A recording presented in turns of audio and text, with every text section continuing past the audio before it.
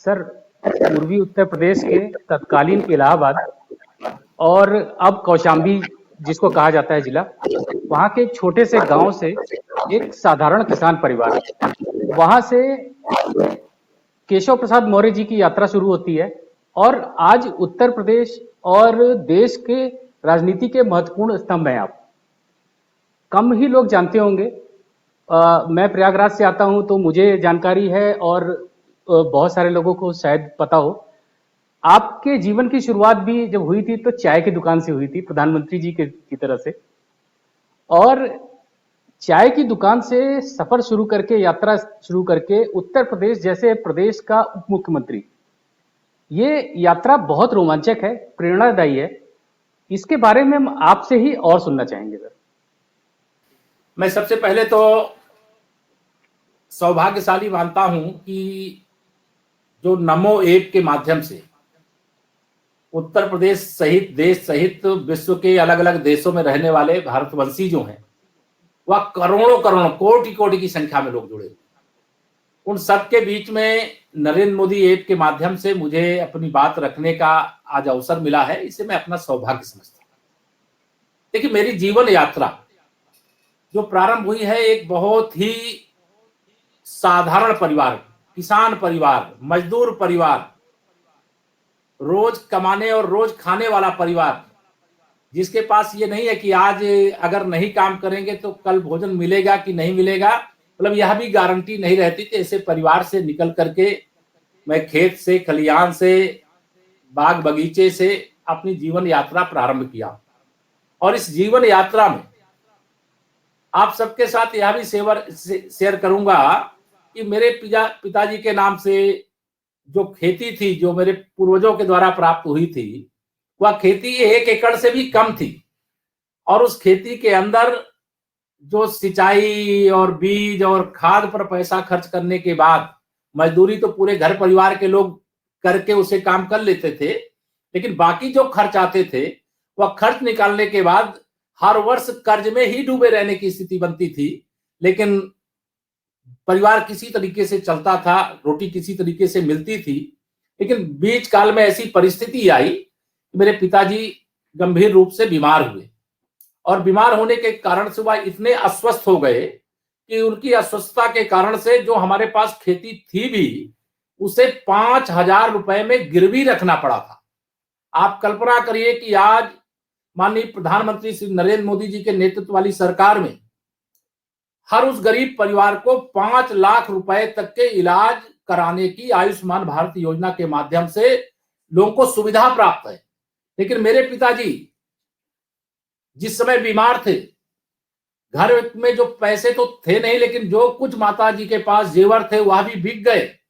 और जब कोई रास्ता नहीं बचा तो वह जमीन को 5,000 रुपए में, मैं हमारे परिवार में उसमें बहुत छोटा था, लेकिन हमारे परिवार के ही पड़ोस के हैं, उनके हाथ में गिरवी रखना पड़ा था। तब पिताजी का इलाज कराया गया। लेकिन जीवन तो बच गया, लेकिन शारीरिक क्षमता इतनी नहीं बची थी जिससे वह खेती के काम को ठीक ढंग से कर पाते। तो खेती गिरवी रखी है, दूसरे के खेत बटाई पर लेकर के परिवार को पाला नहीं जा सकता है, तो क्या किया जाए। तो इसकी व्यवस्था के लिए चाय की एक छोटी सी दुकान, चाय की दुकान शब्द बहुत बड़ा है, लेकिन ऐसी दुकान जहां दिन भर में 50 रुपए 100 रुपए भी बिक्री करके एकत्र ना हो और कमाई का हिस्सा कितना होगा उसका अंदाजा आप लगा सकते हैं। लेकिन चाय की दुकान शुरू हुई। मैं छोटा था, मेरा सौभाग्य रहा कि मैं बाल अवस्था से ही राष्ट्रीय स्वयंसेवक संघ के स्वयंसेवक के रूप में हमारे खेत और दुकान के बीच में, जहां मेरी प्राथमिक शिक्षा प्राप्त किया था, उस विद्यालय के मैदान में ही संघ की शाखा लगती थी। और फिर मेरे जिम्मे भी संघ के कई उत्तरदायित्व आए और शाखा के संचालन का दायित्व भी था। लेकिन इस बीच घर के कामों को करना, चाय की दुकान में पिताजी का हाथ भी बटाना, और उससे पूर्ति नहीं होती थी तो मुझे किसी मेरे एक मित्र ने सलाह दिया कि केशव जी आप अखबार बेचो, तो इससे भी आपको महीने में 100-150 रुपए 200 रुपए आमदनी हो सकती है। तो मैं सिरातू रेलवे स्टेशन है तो वहां कानपुर से और प्रयागराज से जो अखबार आते थे उनको लेकर के क्षेत्र के लगभग 10-15 किलोमीटर रेंज में मैं 1-1.5 घंटे में ही वितरित करके आ जाया करता था। तो मुझे यह भी सौभाग्य मिला और परिवार की जरूरतों के लिए और भी बहुत छोटे छोटे काम वह मैंने करने का अवसर पाया है। इससे वह दिन याद करता हूं, मैं कभी भूलता नहीं। वह भी अवसर पाया कि जिसके आधार पर परिवार का पालन पोषण भी किया जा सके, पढ़ाई भी की जा सके, समाज के प्रति जो उत्तरदायित्व है उसका भी निर्वहन किया जा सके।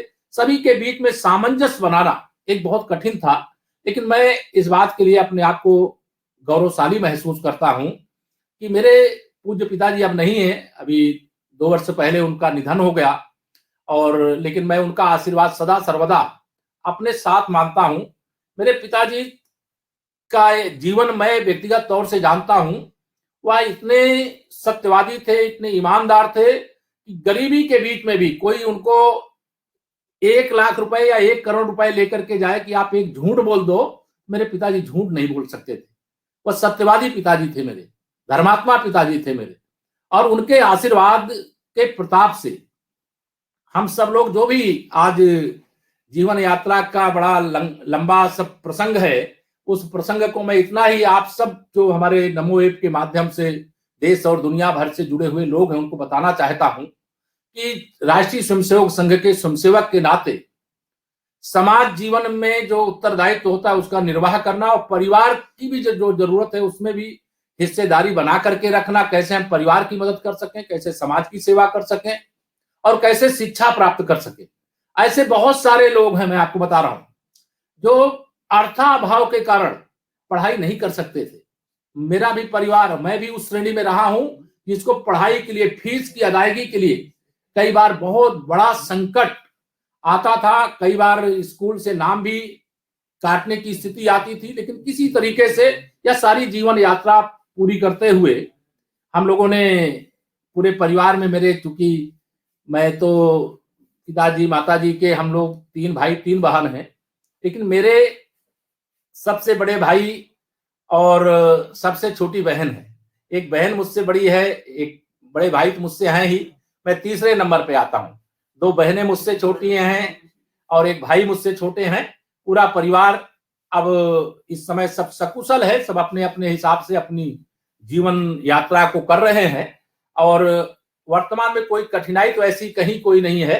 लेकिन यह जरूर मैं आज यहाँ पर कहना चाहूंगा कि जब इस प्रकार की परिस्थिति किसी भी व्यक्ति के जीवन में आती तो कैसे कैसे क्या मतलब घटनाक्रम घटित होते हैं कि आज जो व्यक्ति, मेरी पहले ग्राम सभा थी सिराथू, फिर बाद में वो नगर पंचायत हो गई, और जहां कोई मैं प्रधान या नगर पंचायत का चेयरमैन या सदस्य भी बनने की बात नहीं सोच सकता था, आज मैं ये कह सकता हूं कि पूरे इतिहास के पन्ने जब खोलता हूं तो उसमें दिखता है कि भारतीय जनता पार्टी एक ऐसी पार्टी है जो संगठन यात्रा, जो मेरा सार्वजनिक जीवन रहा है विश्व हिंदू परिषद के नाते, मैं 14 वर्ष तक पूर्णकालिक रहा हूं, और 14 वर्ष मुझे बहुत ऐसे मतलब तपस्वी मनीषी लोगों के सानिध्य में काम करने का मौका मिला, जिसमें परम पूज्य अशोक सिंघल जी का नाम तो सब लोग जानते हैं।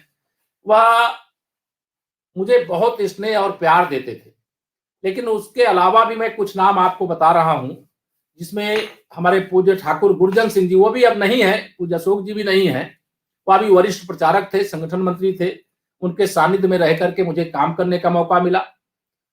दूसरा, श्री राम जन्मभूमि का आंदोलन ताला खुलने से लेकर के हम लोग नारा उस समय लगाना शुरू किए थे कि आगे बढ़ो, जोर से बोलो, जन्मभूमि का ताला खोलो। श्री राम जानकी यात्रा जो है या अयोध्या से निकली थी, और ताले में बंद भगवान जी उसमें दिखाई देते थे। तो एक राम भक्त के नाते, एक हिंदू के नाते, एक देशभक्त के नाते गुस्सा होता था, नाराजगी होती थी कि बताइए हमारे ही देश में हमारे ही राम और ताले के अंदर बंद है।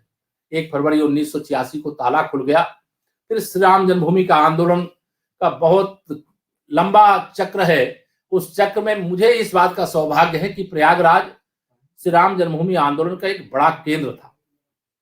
बड़ा केंद्र होने के कारण से उस समय मैं प्रयागराज में विभाग संगठन मंत्री था विश्व हिंदू परिषद का, और विश्व हिंदू परिषद का संगठन मंत्री इस नाते सारा उत्तरदायित्व भी वहां संभालने का काम था, आंदोलन में हिस्सा लेने का भी दायित्व था।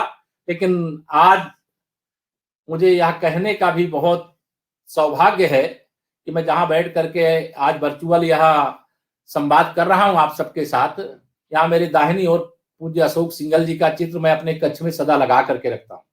बाईं ओर जो मेरे आदर्श आदरणीय प्रधानमंत्री श्री मोदी जी हैं, उनका चित्र रहता है। बाकी सामने हनुमान जी विराजमान रहते हैं। मैं सोचता हूं कि सबकी नजर मुझ पर बनी रहे, इससे मैं कहीं कोई ऐसी गलती ना कर बैठूं जो सार्वजनिक जीवन में किसी से नहीं होनी चाहिए। तो ये इस कक्ष में एक यह मैं लगा के रखता हूं कि मुझ पर नजर रखें और मैं अच्छा से अच्छा जो भी कर सकता हूं, क्योंकि समाज की पीड़ा को, गरीब की पीड़ा को, किसान की पीड़ा को, मजदूर की पीड़ा को, जैसे मेरे आदरणीय प्रधानमंत्री जी जानते हैं, वैसे बहुत सारे लोग हमारी पार्टी के अंदर, चूंकि भाजपा भारतीय जनता पार्टी विश्व की सबसे बड़ी पार्टी और विश्व की सबसे बड़ी पार्टी के नाते हमारे बहुत अनेक कार्यकर्ता जो शून्य थे और वो शिखर तक पहुंच रहे हैं, शिखर तक दिख रहे हैं, वह सब लोग देखते हैं। तो मुझे भी ये लगता है कि अगर मैं वह दिन देखा हूं, वह परिस्थिति देखा हूं, जो परिस्थिति से आज भी देश में एक बड़ी संख्या में लोग जूझ रहे हैं, तो हमारा उत्तरदायित्व तो है। अगर आज माननीय नरेंद्र मोदी जी के नेतृत्व में केंद्र में हमारी सरकार की दूसरी पारी शुरू हुई है, तो प्रदेश में भी 14 वर्ष बाद प्रथम पारी जो हमारी शुरू हुई है, वह माननीय प्रधानमंत्री श्री नरेंद्र मोदी जी की देन है।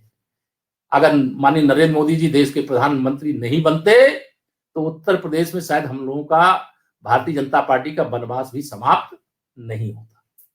तो या तो मैं ऐसे आदर्श महापुरुषों के सानिध्य में काम किया हूं और वर्तमान में हमारे प्रेरणा पुरुष और हम सबके मार्गदर्शक माननीय प्रधानमंत्री जी हैं, मैं तो उनसे बहुत प्रेरित होकर के जो भी कर्तव्य मेरे हैं उनको मैं निर्वहन करने का प्रयास करता हूं। जी